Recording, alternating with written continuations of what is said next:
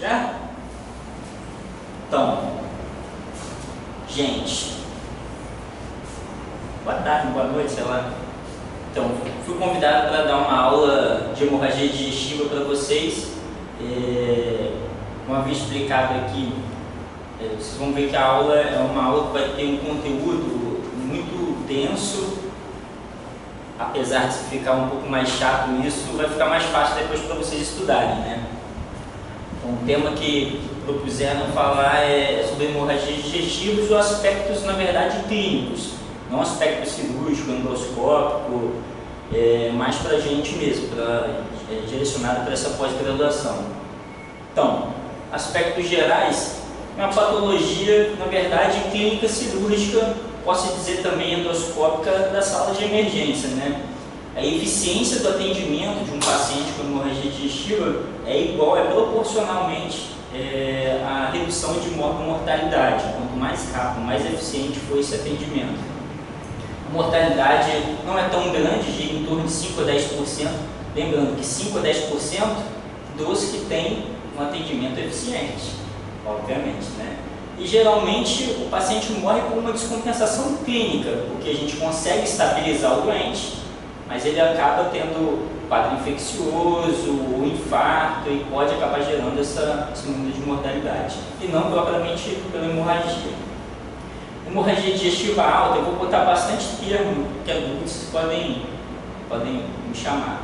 Então, HDA, hemorragia digestiva alta, é 4 vezes mais comum que a hemorragia digestiva baixa. Nos Estados Unidos, é um custo muito alto, que a gente tem um custo anual em torno de 750 milhões de dólares, e a prevalência aqui, na verdade, é em torno de 100 para cada 100 mil habitantes. A gente não tem essa estimativa de custo no Brasil, tá? Lembrando que a hemorragia digestiva geralmente cessa espontaneamente, 85% dos casos, se a gente só observar e saber fazer o tratamento conservador, vai parar a hemorragia, e os outros porcentos acabam tendo que ter uma abordagem específica. Mais para frente eu vou falar.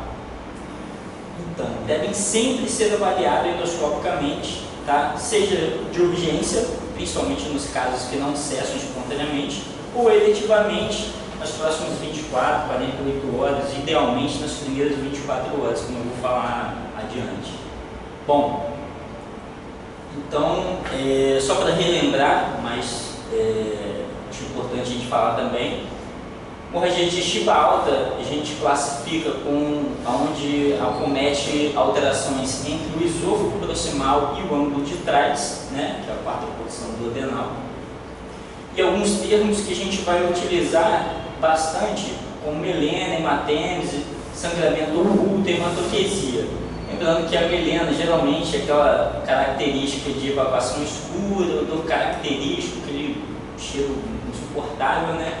Que a maioria das vezes é hemorragia digestiva alta, algumas hemorragias de jejum, com paciente com trânsito um pouco lentificado também pode ser apresentado como melena, mas grande maioria é hemorragia digestiva alta, de estômago e duodeno, né? Hematêmese é aquele tipo de clássico que a gente vê em livro, em foto, e na vida prática também chega bastante, né? É o paciente com vômito, geralmente sangue vivo, em jato, em grande quantidade. Ou então a gente pode considerar também como hematêmese aquele borra de café, um vômito mais enegrecido, mas muitas vezes com raios de sangue. Lembrando que essa borra de café é bem característico. Vocês vão se confundir algumas vezes, eu espero que não, com vômitos de estase gástrica, que também é escuro, mas é bem diferente dessa hematêmese com sangue já semi-digerido. E sangramento oculto, na verdade, não vai chegar muito na nossa vida prática aqui de emergência, né? Aqui só um exemplo de catalase, né, que a gente faz o teste positivo. Geralmente é um paciente que sangra intermitentemente, muito pouco, ou é anêmico e acaba pedindo um exame de rotina e a gente vê que tem um sangramento intestinal. E a hematoquesia geralmente é um sangramento vivo anal, pode sair ou não com as fezes, e raramente é alta esse quadro. geralmente quando é alto, é uma hematoquesia que a gente classifica como uma intra-hemorragia, como um sangramento vultuoso que acaba chegando vivo lá embaixo ainda, esse sangue.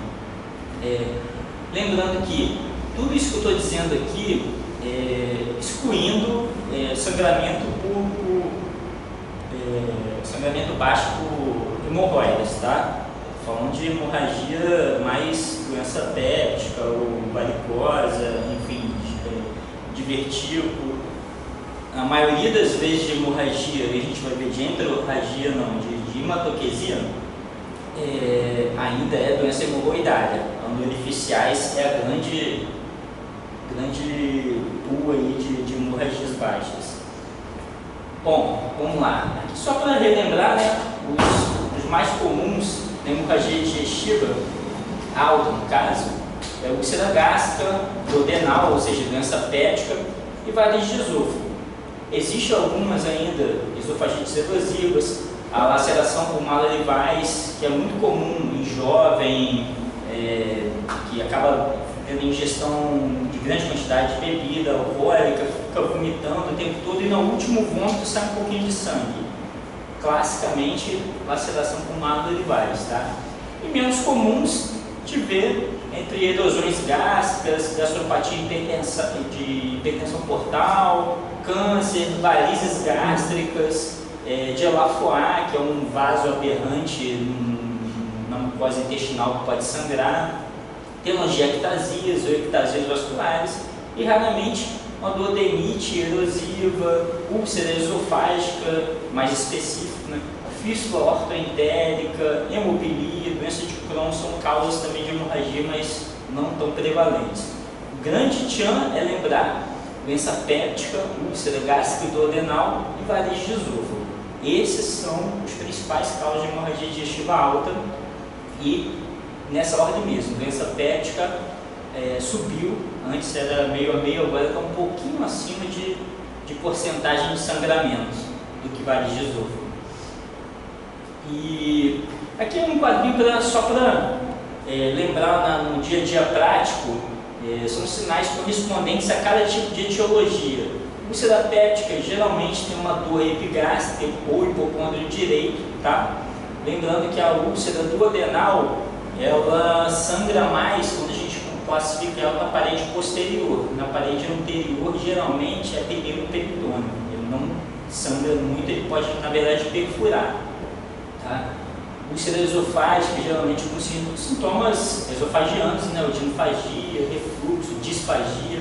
Malleolivais, bem característico em paciente que está com uma hiperêmese, nauseado, tosse, pode dar soluços, pode dar Malleolivais. E varizes de esôfago, gastropatia hipertensiva, geralmente é um paciente que tem uma alteração cirrótica, uma alteração que aumenta essa pressão portal, ou seja, ele vai ser um paciente ictérico, que tem os sintomas clássicos de hepatopatia crônica, né? Distensão abdominal, pode ser ascite, tá? Tumores, na verdade, são sinais e sintomas bem variados, mas pode apresentar disfagia, plenitude, perda de peso, caquexia, aquele clássico que todo mundo já está cansado de saber, né?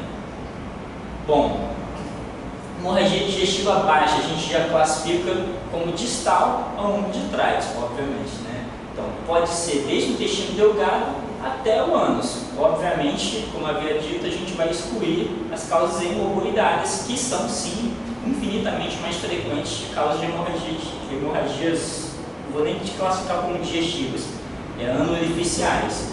Fissuras anais também podem ter sangramento, com aquela dor intensa, não tem mesmo, a gente acaba examinando e vê uma fissura. E aí a gente entra naquelas, voltando a hematoquesia, enterorragia, melena, que como eu havia dito, intestino delgado, com um intestino que tem um trânsito mais lentificado pode apresentar, e o sangramento oculto também. Bom, causas de hemorragia digestiva baixa, a gente pode acabar diferenciando elas em anatômicas, vasculares, inflamatórias, neoplásicas, orificiais e iatrogênicas. Não tem muito sentido assim, para emergência, só a gente ter uma ideia, na verdade, que isso existe, né? Anatômicas é doença diverticular, principalmente colo direito, né? Acaba sangrando mais, divertículo de Meckel, que que é um divertículo que geralmente fica no ilho distal, um jovem sangra bastante, tem uma ectopia de mucosa gástrica dentro desse divertículo, que é um sangramento péptico, na verdade, né? Vascular, angiodisplasias, especialmente colo direito, pacientes mais idosos, né, que acabam tendo esse tipo de sangramento, isquêmicas, lesão por radiação, pós-radiação de próstata, pode fazer retopatia actínica e sangrar bastante, inclusive. Inflamatórias, infecções, a clássica colite, né? Colite que a gente sempre faz aquela pergunta: tem sangue, muco ou pus? Sangue é uma causa de hemorragia digestiva infecciosa, inflamatória. Doenças inflamatórias intestinais, crono, retocolite. Neoplásicas, tanto pólipos quanto tumores, carcinomas também podem sangrar. Orificiais, hemorroidas, úlcera isolada de reto pode sangrar. Iatrogênica, pós-intervenção colonoscópica, biópsia, polipectomia, lacerações acabam sangrando. Esse daqui, esse é bem fácil, né? Chegou um paciente pós-colon sangrando, a gente já desconfia. Então, vamos lá. Aqui, na verdade, só outra tabelinha para vocês depois em casa dar uma lidinha, tá? Sobre a porcentagem, na verdade, de qual tipo de sangramento é mais comum, mais prevalente no intestino baixo, sangramento baixo. E aqui uma prevalência com a idade também, eu acho interessante a gente ter essa ideia. Criança geralmente tem intussuscepção intestinal ou divertículo de Meckel. Adulto jovem vem em primeiro lugar Meckel, depois doença inflamatória, e o pólipo juvenil entra aqui de gaiato em terceiro. No idoso, apesar de todo mundo achar que é câncer, na verdade não, gente. A primeira causa é doença diverticular, segunda, angiodisplasia, o idoso, né, mais de 65 anos. Por último, na verdade, mas colado aí, neoplasias, tá? Sempre tiver um sangramento digestivo num paciente idoso, a gente pede a coluna até para descartar realmente neoplasias. Bom, então vamos agora entrar, na verdade, no quadro de emergência. Abordagem inicial da hemorragia digestiva, lembrando que a hemorragia digestiva, tanto alta quanto baixa, inicialmente é ATLS, AC e ATLS. Estabilizar o doente, ter atenção quanto a isso e não ficar achando que por ele entrou falando com você, o paciente não é um paciente grave. Ele pode estabilizar a qualquer momento ou estar instável e você não examinar ele direito e não perceber isso. Então vamos lá. Lembrando então, que geralmente a gente faz esse atendimento protocolado. Não tem muito o que pensar. A CLS e a ATLS é justamente para isso, para a gente não ficar pulando as etapas do atendimento, ver o doente direitinho do início ao fim, primeiro estabilizando, depois indo nas perguntas direcionadas e perguntas gerais. A equipe, obviamente, é a equipe multiprofissional, como havia dito, né? Tanto clínico quanto cirurgião, endoscopista, inclusive enfermagem, é importantíssimo nesse tipo de atendimento. E, obviamente, treinada e acessível. Não é aquele paciente que entra, pera um pouquinho que eu estou tocando a fila aqui, depois eu vou ver. Não, tem que ficar paciente para a gente ter um atendimento inicial já de cara, que volto a dizer, é um paciente que pode estabilizar a qualquer momento. Então, eu botei esse primeiro ao quarto passo aqui para a gente ficar sempre atento quanto a isso.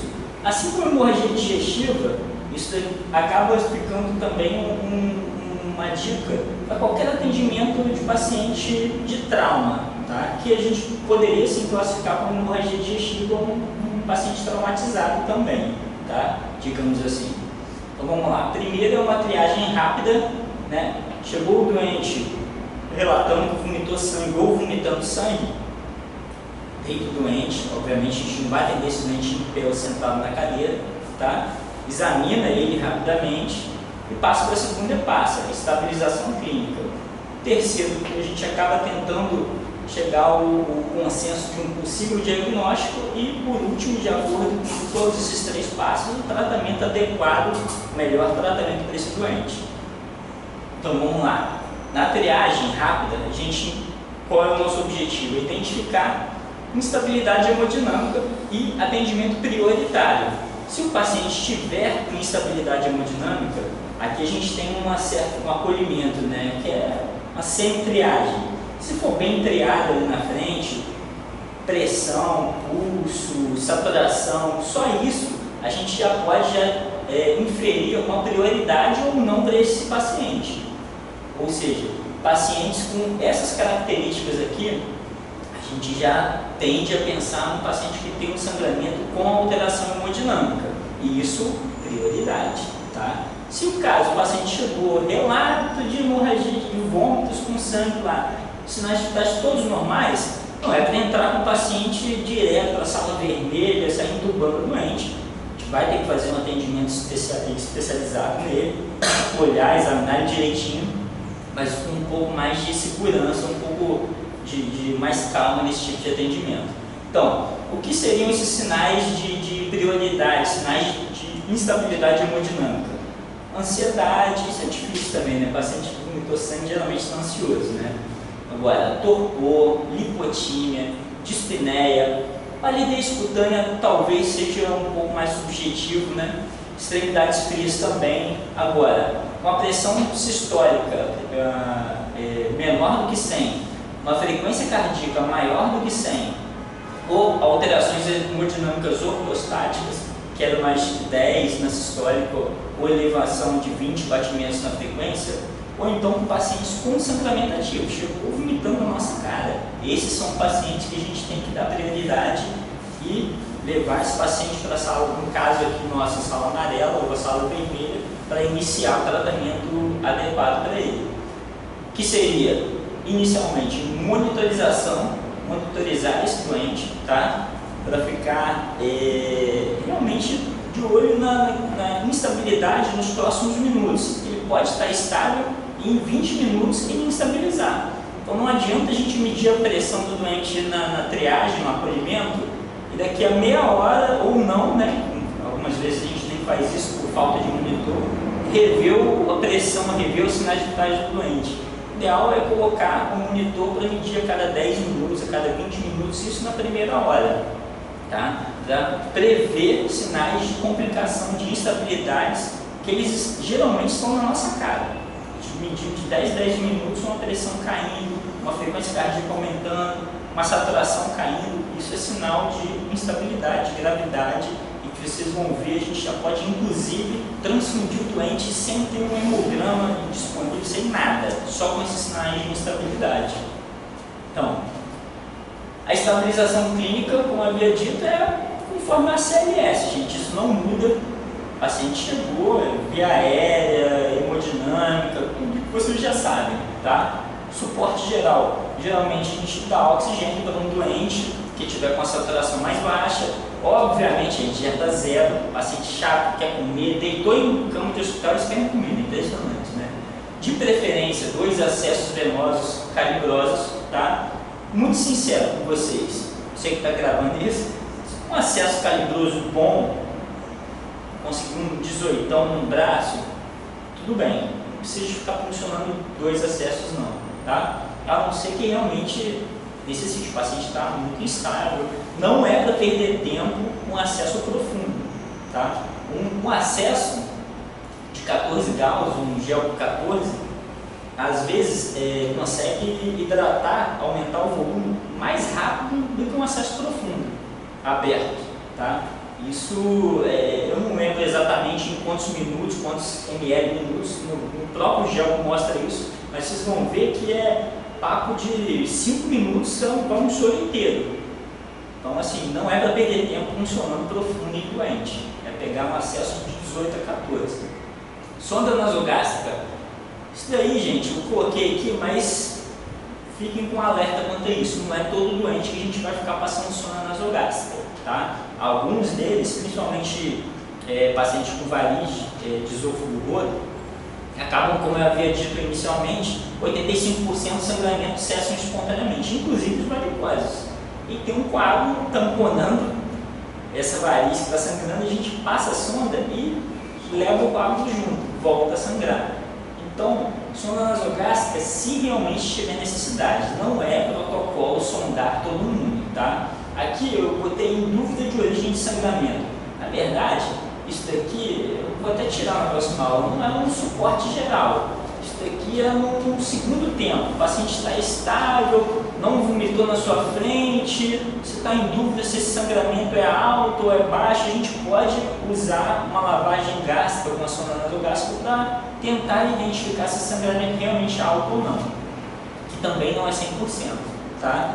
Alguns sangramentos de duodeno faz espasmo do bulbo duodenal do lodo e não reflui sangue para o estômago. Então a gente lava, vê um soro limpo e ele está sangrando. Eu já vi isso porque eu já fiz endoscopia num doente assim. Lavar o estômago 1,5 litro, não voltou uma gota de sangue. Eu entrei, estava com forte 1A no bulbo duodenal. Sabe o que é isso, né? Esguichando sangue. E sonda limpa, soro limpo, né? Então não é uma verdade absoluta, que vocês vão ver isso a sonda nasogástrica, tá? Gente, intubação orotraqueal, se necessário.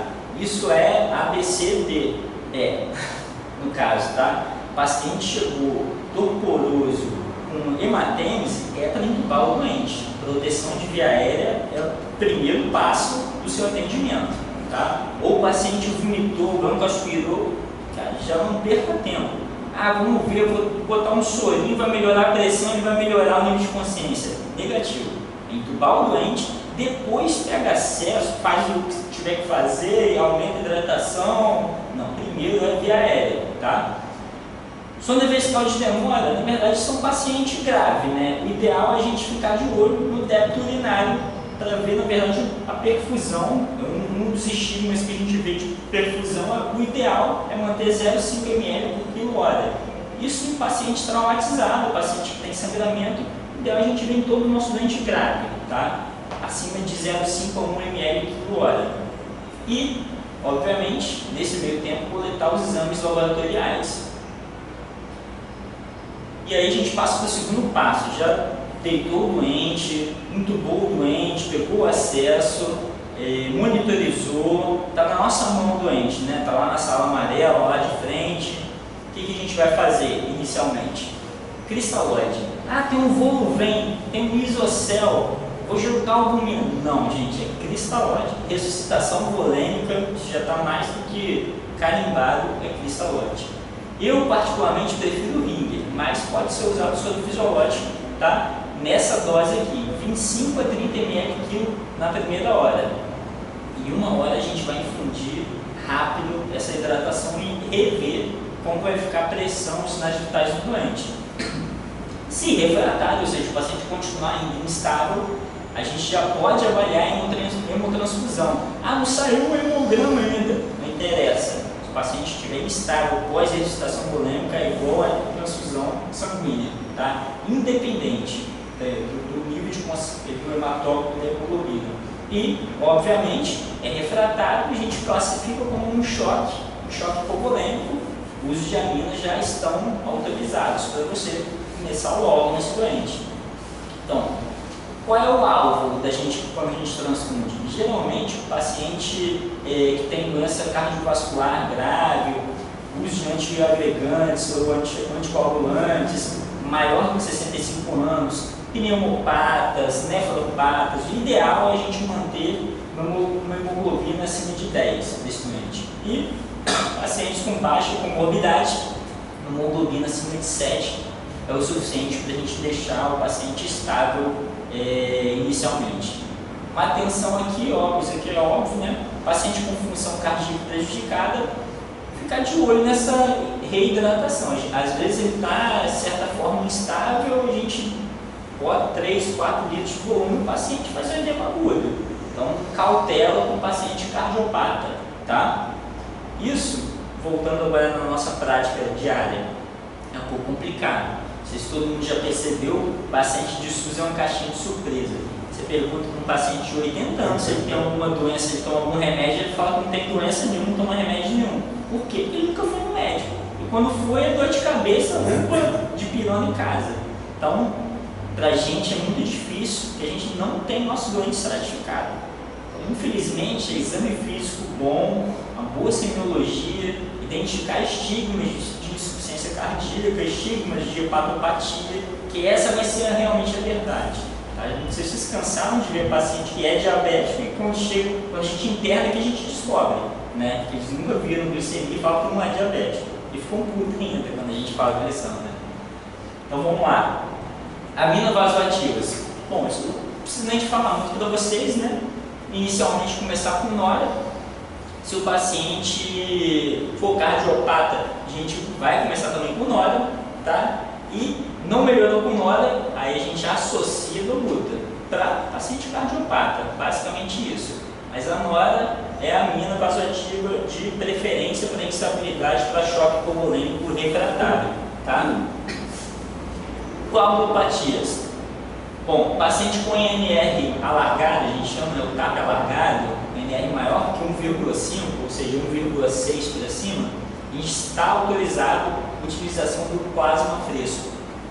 A dose, cara, não sei a dose de plasma fresco, cara, é ridículo, essas coisas dá para vocês decorarem fácil, 10 a 20 ml quilo. Eu sempre faço assim, se o INR não está muito alargado, tipo 1,8, faço 10 ml por quilo. Paciente é anticoagulado, Marevan, Ferrata, 3,5 de ml, faço 20 ml por quilo. Ah, mas o volume vai ser muito grande. É isso aí, o volume é muito grande mesmo, tá? Lembrando que em média uma bolsa de plasma fresco tem 220 ml, a média, tá? Então daí você calcula quantas bolsas você quer. Plaqueta. Paciente é um paciente discrásico, tem uma plaqueta menor que 50 mil. Está autorizado, e sangrando, está autorizado transfusão plaquetária. Quanto que a gente usa? Mesma regra é ridícula, gente. 1 unidade de plaqueta a cada 10 kg de peso do paciente. Paciente com 70 kg, 7 unidades. Tá? Lembrando que paciente politransfundido de concentrado de hemácia, está sangrando instável, não sei o que, tipo, já entrou mais do que igual ou maior, né, que 4 unidades de hemácia. Mesmo com INR normal, a gente acaba solicitando 1 unidade de plasma para cada 4 unidades de hemácia. Isso por quê? Porque a gente está infundindo concentrado de hemácias só hemácias. Então o paciente vai alargar esse INR pela politransfusão. Tá? Uma outra dica que a gente usa bastante é, na verdade, a reposição de cálcio, principalmente quando a gente faz também muita transfusão sanguínea de um concentrado de hemácia. Por quê? O citrato da bolsa de hemácia, a bolsa de sangue tem um anticoagulante, né? Obviamente, senão ia virar uma bolsa de coágulo, né? Então é o citrato que utiliza. E o cálcio acaba corrigindo esse excesso de citrato que entra no nosso organismo do doente. Então, na verdade, é para evitar pior discrasia, discrasias maiores, tá? Lembrando que se o INR estiver muito alargado e for fazer endoscopia e tiver acesso, não é a nossa realidade, né? A gente acaba optando por deixar metade do plasma que a gente for utilizar, tanto plasma, idealmente plaqueta também, se possível, durante a endoscopia, tá? Que ajuda o endoscopista a parar esse sangramento de certa forma. Chegar lá e estar com o sangramento estabilizado, parado naquele momento, é muito mais fácil a abordagem. Bom, como havia dito, gente, ó, tem muito texto, mas é para vocês lerem em casa, tá? Eu não vou ler isso tudo, obviamente, só lembrando vocês que existem essas drogas, tá? Que a gente utiliza também na abordagem inicial de hemorragia digestiva.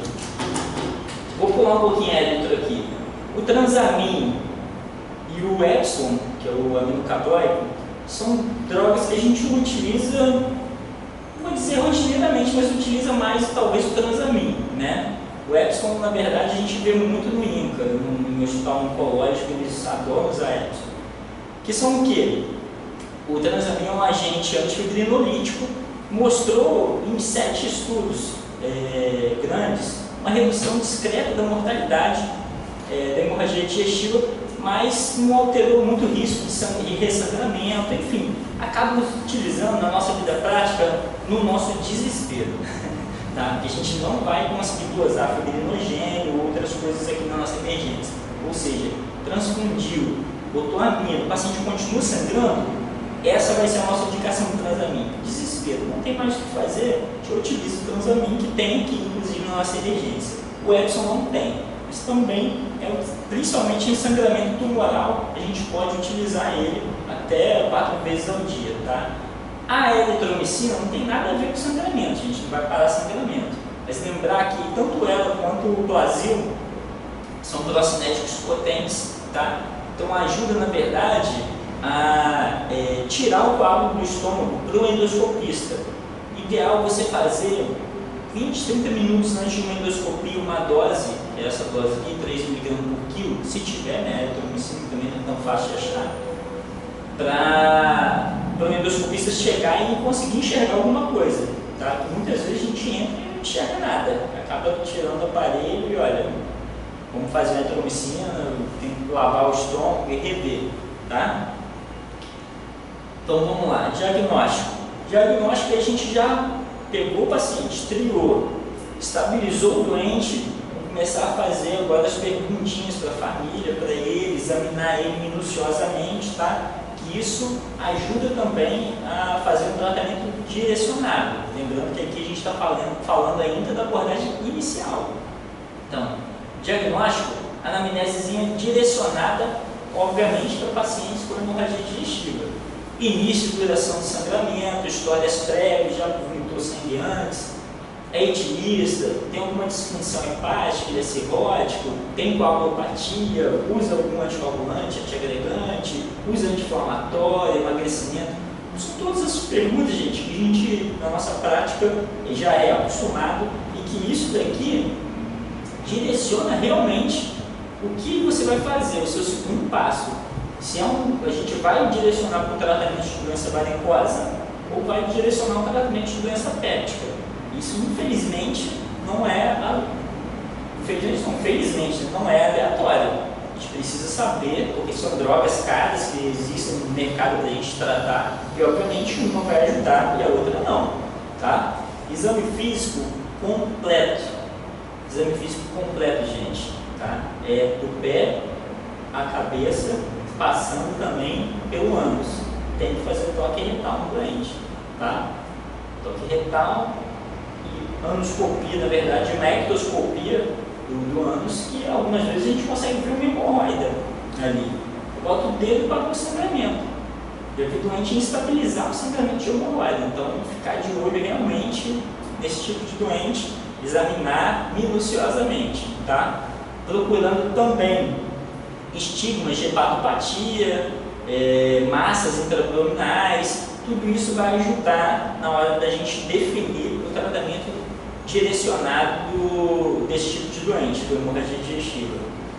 Exames, gente, isso daqui eu botei, mas exatamente, não precisa mais do que isso, vocês vão ver, tá? O hemograma completo, com contagem de plaquetas, né?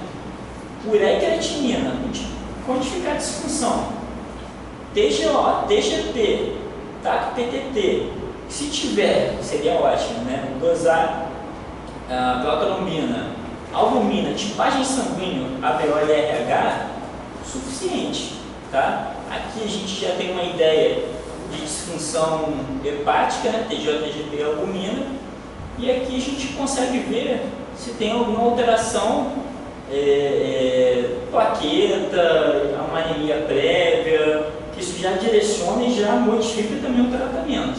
Basicamente isso. Não tem que pedir LDH, amilase. Obviamente que você vai acabar direcionando também esse tratamento se você tiver algum estímulo. Um paciente é coronariopata, tem três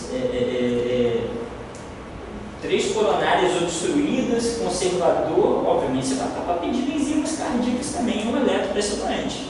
O paciente TPOC, está morrendo de falta de ar, você vai acabar pedindo também um raio-x de tórax para a gente identificar isso também. Tá? O paciente falou que também está urinando sangue, você vai pedir um EAS também. Então, basal é isso daqui.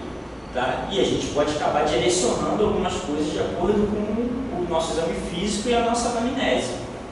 Lembrando que, idealmente, a gente coletar, não precisa recoletar isso tudo, tá? Hematócrito e hemoglobina a cada 2 a 8 horas, dependendo da gravidade do doente. Eu geralmente coleto de 6 em 6, de 8 a 8 horas, a maioria dos doentes. Muito raro a gente vai ver aqui uma catástrofe chegando aqui com hemorragia digestiva virtuosa, que a gente vai precisar ficar em cima do doente. Até porque, se bem que o nosso laboratório é bem rápido, né? Não dá para confiar nessa questão do hemograma. Quando o paciente é grave, eles são rápidos. São sim, rapidinho. Então, voltando. Presenças de dor abdominal, especialmente se for intensa, associada à defesa, sinal de Lundberg, são sinais que a gente acaba estratificando que não é só uma hemorragia. Geralmente doença péptica pode doer, tá? Mas para fazer um abdômen agudo, raramente isso vai acontecer. Isso provavelmente é perfuração, que a gente tem que ficar atento quanto a sinais de abdômen agudo, estabilizar o doente e solicitar uma avaliação mais aprofundada até antes mesmo de uma endoscopia. Não, pegar um peritônio, você não vai chamar a endoscopia para resolver esse sangramento, você vai mandar ele para a cirurgia, tá? Então, lembrar também para a gente não ficar subdiagnosticando. Chegou vomitando sangue e hemorragia digestiva. Obviamente vai chegar o momento de examinar e ver, olha, é uma hemorragia digestiva, tudo bem, mas ele está com o abdômen distendido, tá? Um abdômen estendido, com hipertimpanismo. Vamos pedir um raio-x de tórax de abdômen para ver se tem um pneumo peritônio. Tudo bem? E indicadores prognósticos, mortalidade e risco de ressangramento. Gente, a gravidade, clínica do sangramento, idade avançada, são aquilo que a gente já conversou inicialmente, com alopatias. Obviamente isso vai acabar direcionando se vai ser um prognóstico bom ou ruim. Existem esses scores de sangramento que na prática a gente não usa nenhum deles. Endoscopista, na verdade, acaba usando mais o local, mas isso mais para estudo. Na prática não tem sentido a gente perder tempo ficando preenchendo folhinha, prognóstico de doente com sangramento digestivo. Lembrando que é um paciente que a gente tem que atuar imediatamente. E como eu já havia dito antes com vocês, sonda nasogástrica. Gente, controverso, tá? Muito controverso. Se o paciente estiver vomitando, vou passar a sonda para esvaziar o estômago. Lembrando que isso faz estímulo, o paciente pode vomitar na passagem da sonda. Se tem estímulos de sangramento varicoso, você pode acabar instabilizando um coágulo. Então, assim, o paciente está vomitando muito, está com nível de consciência rebaixado, é sonda traqueal, é tubo no doente. Depois você pode até passar uma sonda nasogástrica, tá? Ficar checando, se ele está sangrando, se o sangue é vivo, enfim. Mas muito cuidado da gente botar isso na cabeça de protocolar, sondar todo doente com hemorragia digestiva. Não é bem assim, tá bom? Então vamos lá. Isso aqui é um quadrinho clássico, né, que eu acho que todo mundo já leu pelo menos uma vez na vida. Deixei aqui também para vocês estudarem depois da prova, que é interessante, né? A gente acaba classificando a magnitude da perda sanguínea, seja pequena, moderada ou maciça, porcentagem que é de sangue mesmo circulante, identificando pressão, pulso, e aqui mais ou menos a perda que você vê, né, estima, e nível de consciência.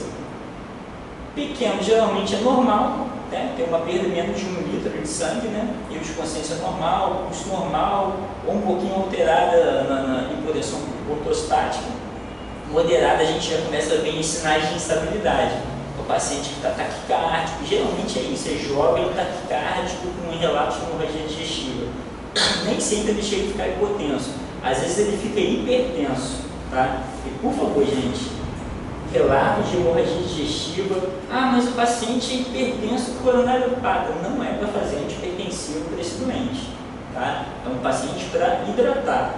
A enfermagem vai questionar, a enfermagem adora fazer isso. Doutor, a pressão deve estar 18/9, você vai botar 2.000 de soro assim mesmo?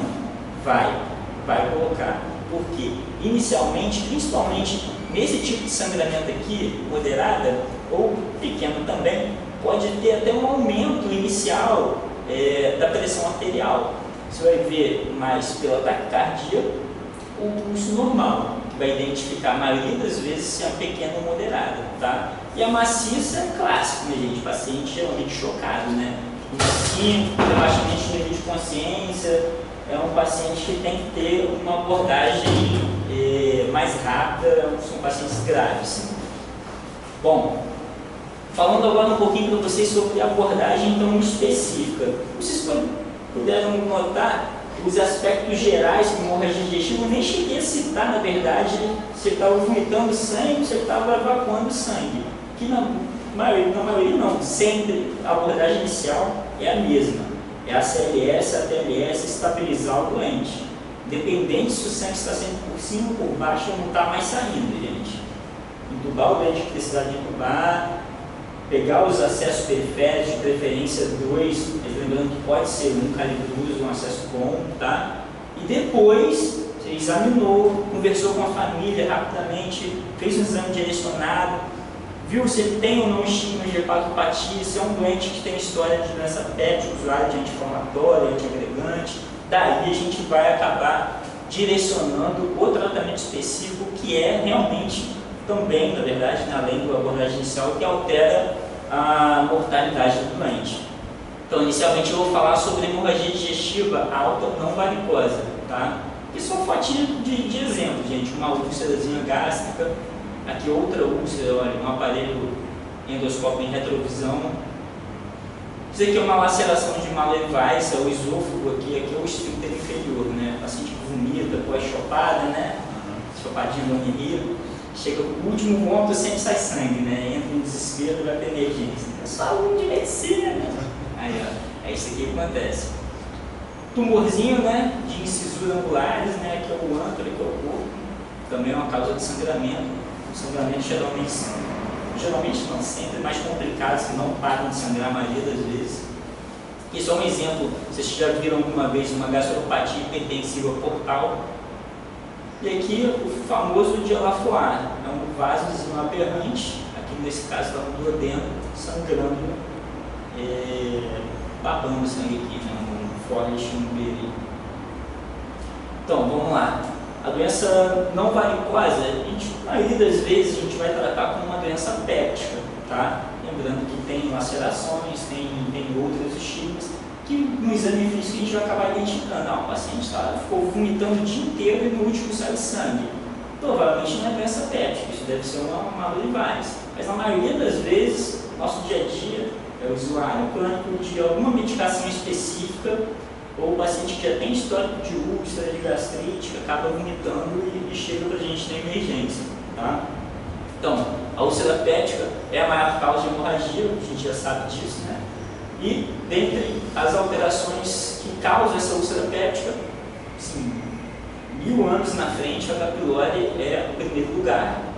Anti-inflamatórios também tem uma grande porcentagem desse tipo de sangramento. Estresse também acaba aumentando o nível de catecolamina, aumentando a produção de ácido gástrico, aumenta o nível de gastrite de úlcera também. Então, tratamento, obviamente, se é um tratamento que tem doença péptica, é tratamento da doença péptica, supressão ácida. Terapia endoscópica, tratamento, diminuição dos fatores de risco, lembrando que isso, pelo nosso caso, no nosso dia a dia, não tem, né? A gente não tem acesso. E, basicamente, para a gente é estabilização, e se no caso não conseguir estabilizar, transferir o nosso doente para um setor que tem endoscopia, tá? Então, vamos lá, novamente. Estou botando muito texto para vocês, só para ver depois, tá? Da prova. Então, botei aqui, inibidor de bomba e bloqueador H2. Gente, botei só para vocês saberem que existe, mas nunca vão tratar hemorragia digestiva com antidígeno. Não tem sentido, depois do surgimento do omeprazol, pantoprazol venoso, utilizar bloqueador H2, tá? Assim, todos os estudos mostram um índice de sucesso para o inibidor de bomba versus a bloqueador H2 infinitamente melhor. Então, não tem sentido fazer ranitidina. E muito menos, gente, botar o omeprazol e ranitidina. Se está com o omeprazol, não precisa fazer. Tá? O inibidor de bomba inibe todos os 3 estímulos do mecanismo de produção de ácido. O H2 é só um estímulo. Tá? Então, vamos lá. A intenção então é suprimir esse desgaste, né? Uma vez que o pH maior do que 6, que a gente consegue ter essa agregação plaquetária, pH menor do que 6, não adianta, passa a plaqueta e não forma trombo, tá? E ideal é a gente fazer isso, gente, protocolar, independente do peso do doente. O omeprazol a gente tem aqui, tá? Bolos de 80 miligramas sempre, fazer 80 miligramas venoso e depois manter nos próximos 3 dias 8 miligramas por hora. Não tem quilo aqui, é para todo mundo, tá? Ah, mas eu não tenho como infusora na minha unidade, ou aqui tem, quebrou e ferrou, não tem como infusora. Pode ser, já a Sociedade Brasileira de Endoscopia já provou que pode ser feito de 12 em 12, idealmente de 8 a 8 horas, 40 miligramas, tá? Em vez de usar como infusora, por 3 dias. Venoso, 40 de 8 a 8 horas também é uma possibilidade. Depois desses 3 dias, a gente pode passar até para o oral, 40 miligramas, tanto de omeprazol quanto omeprazol em jejum, isso fazer por 2 meses, tá? Bloqueador H2, vou pular, não vou nem ler. Então, só para vocês saberem que existe a somatostatina, tá? Mas o octreotide é sim uma droga que a gente utiliza em hemorragia digestiva. Até não varicose, na verdade, mais para varicose. Na verdade, olha, como eu escrevi aqui, o tratamento da hemorragia digestiva varicose pode ser utilizado. Tem algum sentido se você estudar a fisiopatologia do sangramento, mas na prática a gente não vai utilizar. Sobre hemorragia digestiva por varizes, tá? Ó, tem algum benefício, mas em caso principalmente de sucesso, ou seja, aquilo que eu falei no transamin, desespero você pode utilizar, tá? Mas o grande tchan da não varicose é lembrar do omeprazol e pantoprazol. E aí chegamos então na parte da endoscopia, né? Ideal é a gente fazer nas primeiras 24 horas, paciente que chegou instável, com hemorragia digestiva. Eu tenho um protocolo de paciente com sangramentos digestivos, que é sempre a gente, assim, o paciente chegou e está completamente estável, relatou que teve um sangramento em casa, vomitei sangue em casa. Obviamente não tem estigma de hepatopatia, né? Eu deixo esse doente na emergência por um bom período, geralmente, idealmente 8 horas, tá? Colhe um exame de sangue de admissão, que eu já falei, né? Hidrata o doente, mesmo protocolo, faz o omeprazol, hidrata o doente, depois coleta novamente o hemograma. Se tiver uma queda de 3 pontos de hematócrito, 1 ponto de hemoglobina pós-hidratação, é um doente que a gente merece manter em observação por um período maior no hospital, mesmo se não vomitar mais sangue, não tiver mais nenhum tipo de sangramento. Se não cair hematócrito e hemoglobina, você pode tentar fazer esse tratamento ambulatorial. Estímulos de doença péptica, tira o estímulo, tira o anti-inflamatório, alguma coisa que ele estiver utilizando, começa o tratamento venoso, mantém oral e ambulatório do gastro para fazer endoscopia depois, tá? Mas isso, gente, é assim, tem que estar muito na mão, tem que ser um doente que consegue tem condições de fazer isso. A maioria das vezes aqui na nossa realidade vai acabar tendo que ficar internado mesmo, tá? Então, voltando. Então, a endoscopia é a modificadora de mortalidade, tá? Isso já está comprovado. Idealmente, a gente tenta fazer essa endoscopia nas primeiras 24 horas. Então, a indicação do tratamento endoscópico, a gente entra com o aparelho, olha a lesão que estiver sangrando, a gente usa essa classificaçãozinha de forte, que não convém, não é o caso de ficar falando isso agora, tá? Existem inúmeros recursos que a gente pode utilizar, desde injeção, cauterização em métodos mecânicos, e terapia endoscópica, todo mundo sabe, né, reduz a taxa de recidiva, cirurgia e, obviamente, mortalidade desse doente. Second look, ou seja, uma segunda endoscopia, para alguns casos, gente, não é para todo mundo fez uma endoscopia, tratou, tem que pedir de rotina endoscopia depois não, tá? Tratamento cirúrgico da não varicose. É raro a gente chegar a esse ponto, né? 5, 10% acabam necessitando de uma abordagem cirúrgica, que são casos catastróficos, inclusive a cirurgia catastrófica. Nenhum cirurgião vai querer operar uma úlcera duodenal sangrando, o paciente instável não melhorou com os métodos não invasivos. Geralmente são pacientes gravíssimos e geralmente o procedimento cirúrgico acaba com um desfecho ruim. Então, a indicação é para o paciente com suspeita de abdômen agudo, como havia dito, né, que não tem muito a ver agora com instabilidade ou não, é outro tipo de doente, ou os que não tiveram sucesso no tratamento clínico endoscópico, hemorragia recorrente após estabilização inicial, está sangrando, para de sangrar, volta a ficar sangrando toda hora, ou necessidade, isso já é até um termo para vocês terem uma ideia, de mais de 6 unidades concentradas de massa e ainda instável, já prepara o cirurgião para um paciente para ser operado. Técnicas não vou entrar em detalhe, RAFI, ressecções, coisa de cirurgião, não é nosso caso aqui agora, tá?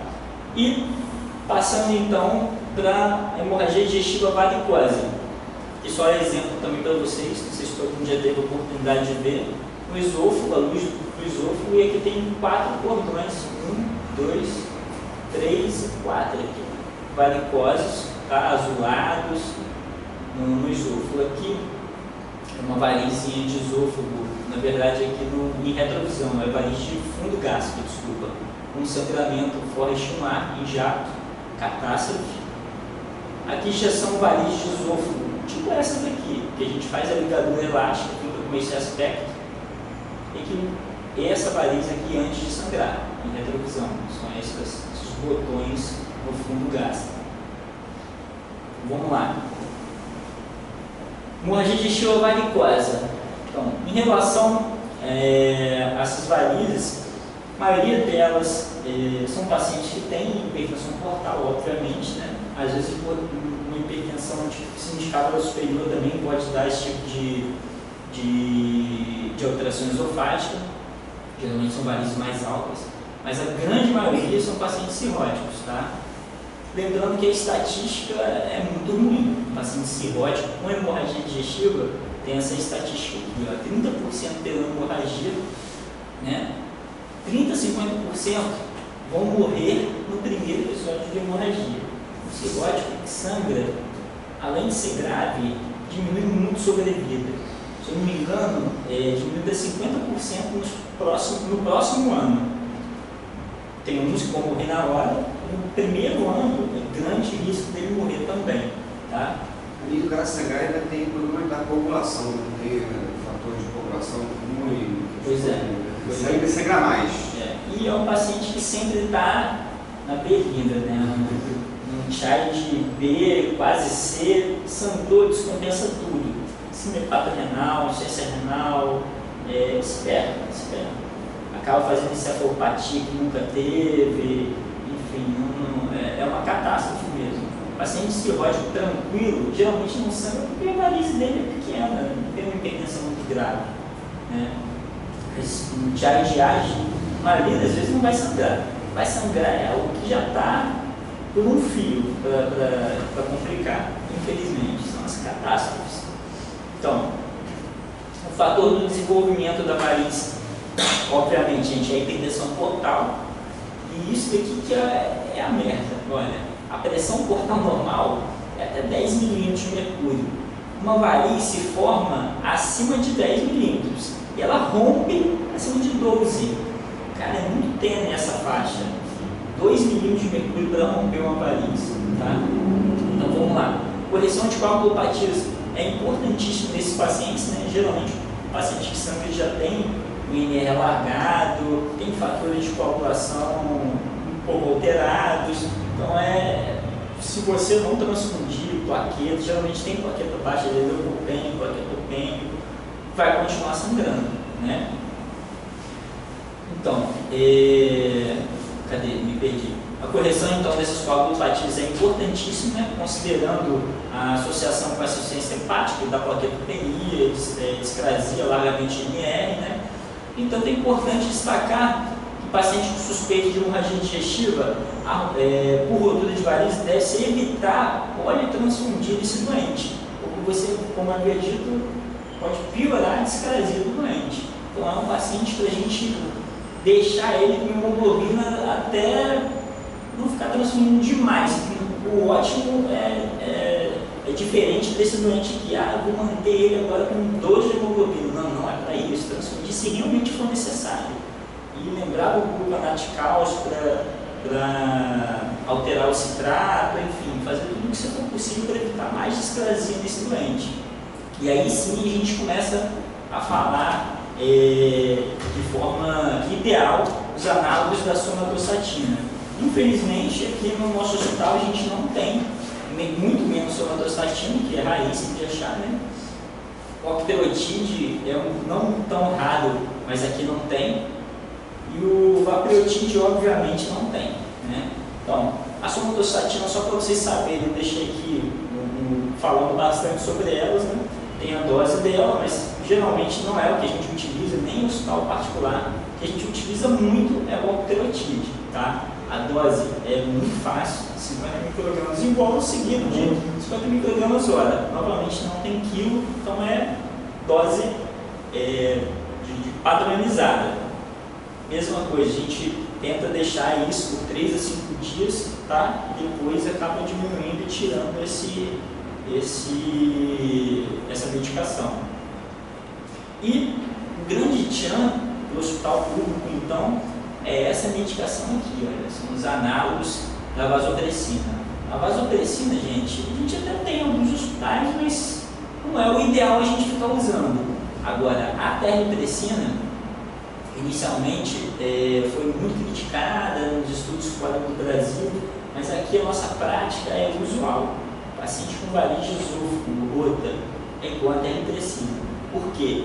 Porque é ridículo o modo de usar, não necessita de uma homofusora, tá? E é uma medicação, cara, mas assim, eu não consigo achar um octreotide, o hospital público aqui no Rio. Terlipressina alguns têm, Andaraí tem, por exemplo. E aqui eu já solicitei, inclusive, para a Iracema, ela já tem uma listinha lá, que é uma medicação, principalmente para a gente que não tem endoscopia e cirurgia, é essencial para parar esse tipo de sangramento, tá? Ela é considerada como terapêutica de hemorragia varicosa, tá? Assim como a endoscopia, a terlipressina é uma opção, não é um adjuvante, tá? Então a dose, essa daqui eu vou perder um pouco mais de tempo. A gente faz por quilo de peso, na bula já tem lá, menor de 60, menor de 75 ou de 675. Geralmente acaba indo 2 miligramas em bolos, seguido de 2 miligramas a cada 4 horas. Então, gente, é 4 horas. Não tem problema nenhum da enfermagem, não precisa de bomba difusora, bomba que apinta, que para, que entra no KBO, é bem fácil. Mesma coisa, 3 a 5 dias de tratamento, tá? Todas essas medicações causam, obviamente, uma vasoconstricção esplâncnica, né? E diminui a pressão portal. Lembrando que, infelizmente, existe efeitos adversos dessas medicações, principalmente o paciente cardiopata pode acabar infartando por causa dessa vasoconstricção, tá? Vamos ficar atento quando a gente está utilizando esses análogos. E na endoscopia na hemorragia varicosa, a endoscopia ainda é a escolha, né, para a gente tratar, obviamente, pós abordagem inicial. Idealmente, para todo mundo com suspeita de hemorragia varicosa, tá? O tratamento, não vou entrar também em detalhes quanto a isso, só para vocês saberem que a gente utiliza tanto ligadura quanto injeção de substância, escleroterapia, tá? Se tiver ligadura elástica, é melhor. E em caso de sangramento gástrico, geralmente é o terror do endoscopista, né? A gente utiliza o estoacril, o cianoacrilato. A injeçãozinha também mata muito o doente. Essa substância é como se fosse um super bonder. Então ele congela mesmo a variz. Ele fica duro, inclusive. Só que ela emboliza e acaba fazendo TEP em quase 50% dos doentes. Tem que saber utilizar. E também há disponível, também caro, né, mas é um tratamento, prótese autoexpansiva metálica. Então lá, uma variz de esôfago, um sangramento vultuoso, você não consegue ver, não consegue injetar, não consegue fazer nada. Dispara a prótese, por pressão ela acaba parando o sangramento. Tratamento caro, né? Uma plot geralmente uns R$3.000, né? Mas é uma boa possibilidade. E isso daqui talvez seja o nosso tchan do Rocha Maia. Se eu não me engano, a gente não tenho certeza, mas ilacionamento do paciente já está providenciando isso, tá? E para a gente, hemorragia varicosa refratária, como havia dito, não é tão comum, mas parar o sangramento espontaneamente em 85% das vezes. Mas se acontecer, isso daqui vai salvar para a gente aqui. A gente não tem endoscopia, não tem cirurgia, ainda tem que transferir o doente instável. Então, o balão esofágico, o balão esôfago gástrico, na verdade, né, que a gente usa mais, que é o de Sangstepen Blackmore, é ridículo ser utilizado. A gente morre de medo de coisa desconhecida, né? Médico tem esse pavor. Gente, é passar uma sonda nasogástrica, tem segredo nenhum. Então, está indicado quando? Quando a terapia endoscópica não está disponível, opa, para a gente aí, prontamente.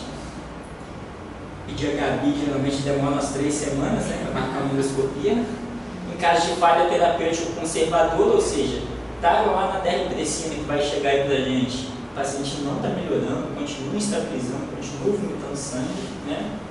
Ou até falha endoscópica, que entrou mais de 2 vezes e o paciente continua sangrando, mesmo com a terapêutica endoscópica, que fala a realidade para vocês também.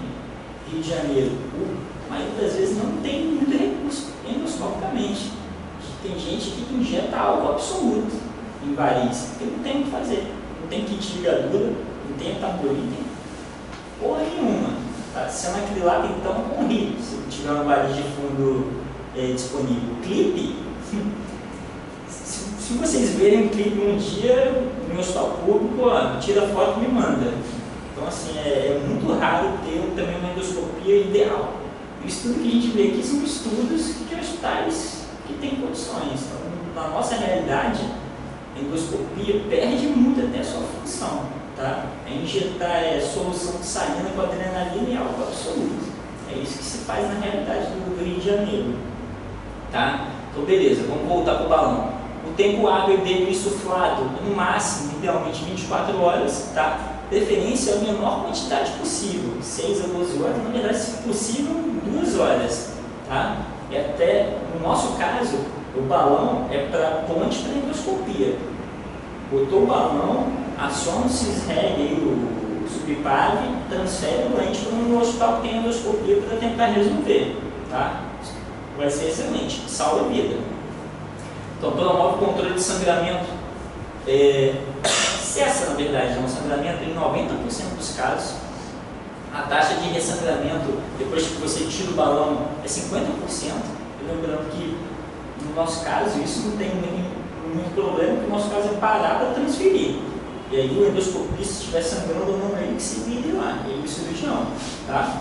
E, atualmente existem mais de um, mas o clássico que a gente vai utilizar é o Sangstepen Blackmore, tá? Que é muito fácil, gente. Não sei se vocês conseguem ver aqui na foto. Tem essa câmerazinha aqui, que é o que fica no estômago, e essa daqui mais cilíndrica, que é a que fica no esôfago. A gente passa isso daqui, ó, como se fosse uma sonda nasogástrica, né? Passou, o máximo que você conseguir, introduz até o talo no nariz. Infla primeiro. No próprio balão tem a quantidade que você vai inflar, um soro, né? Um lábio destilado, o fundo gástrico, o compartimento gástrico, ele vai ficar cheio e você traciona ele, ele vai tamponar a variz de fundo gástrico se for a causa do sangramento. Como tamponou, depois você infla o compartimento do esôfago, geralmente 40 ml de mercúrio. Você tem também uma mão que pega o esfígmo e coloca para ver a pressão, tá?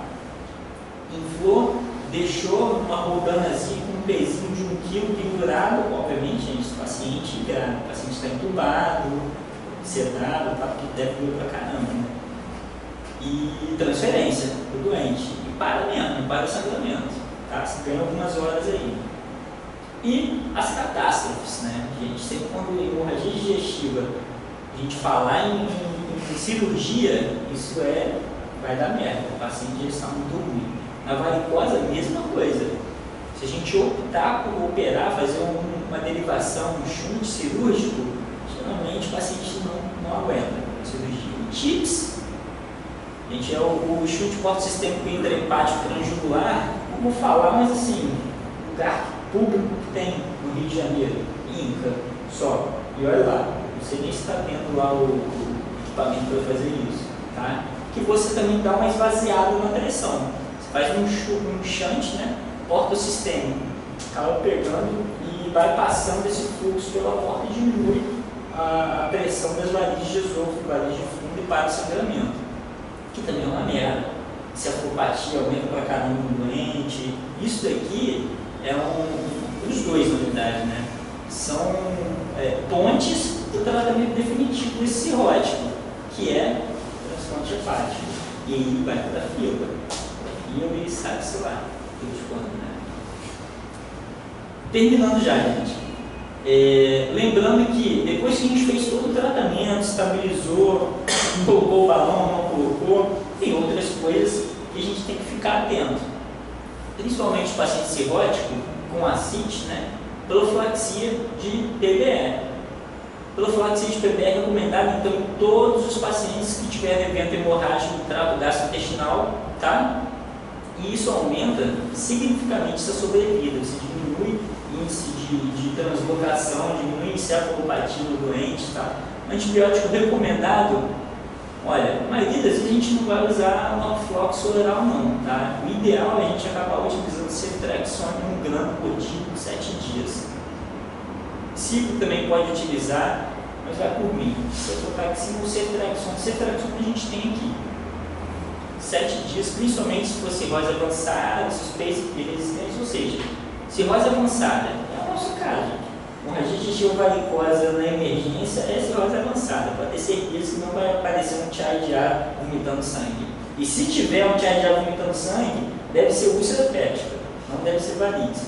Tá? Beta-bloqueadores. Gente, voltando lá aquilo que eu disse. O paciente está hipertenso.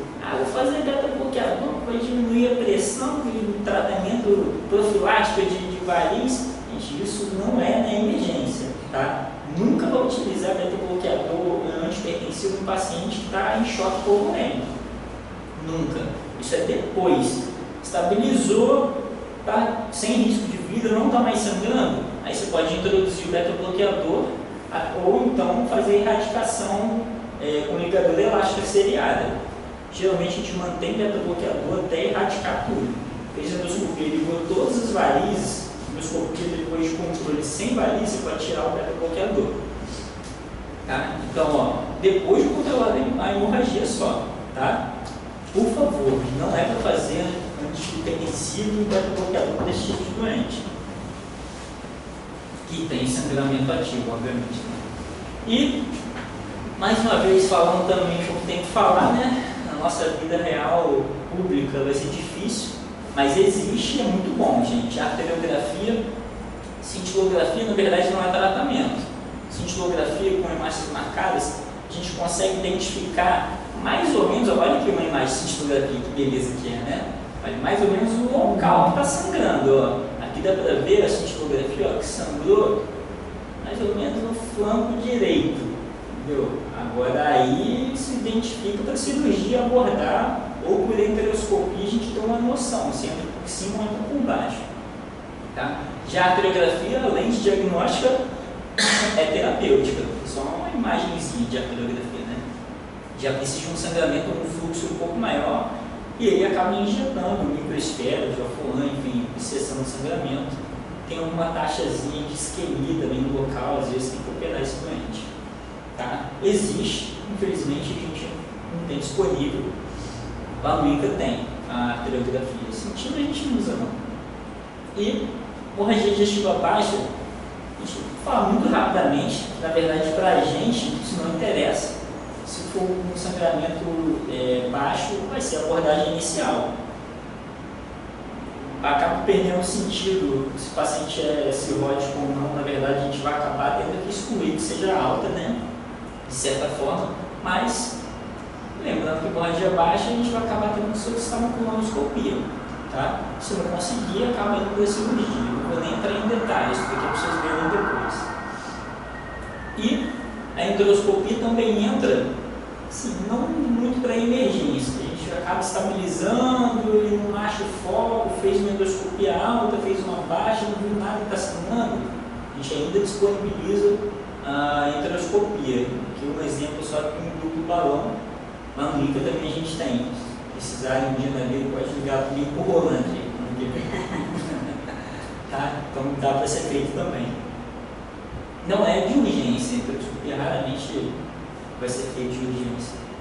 E cirurgia, indicação também é um pouco complicada, sem saber onde está sangrando. O cirurgião abre a barriga e vê um monte de intestino, não tem um piscando onde está sangrando, né? Então, se não conseguir tratar, por exemplo, colono, não tem uma arteriografia, acaba fazendo essas ressecções gigantescas, né? Porque você não sabe de onde está sangrando, acaba fazendo às vezes colectomia total no doente, infelizmente, né? É um procedimento também sempre catastrófico, né? O paciente fica sem como. E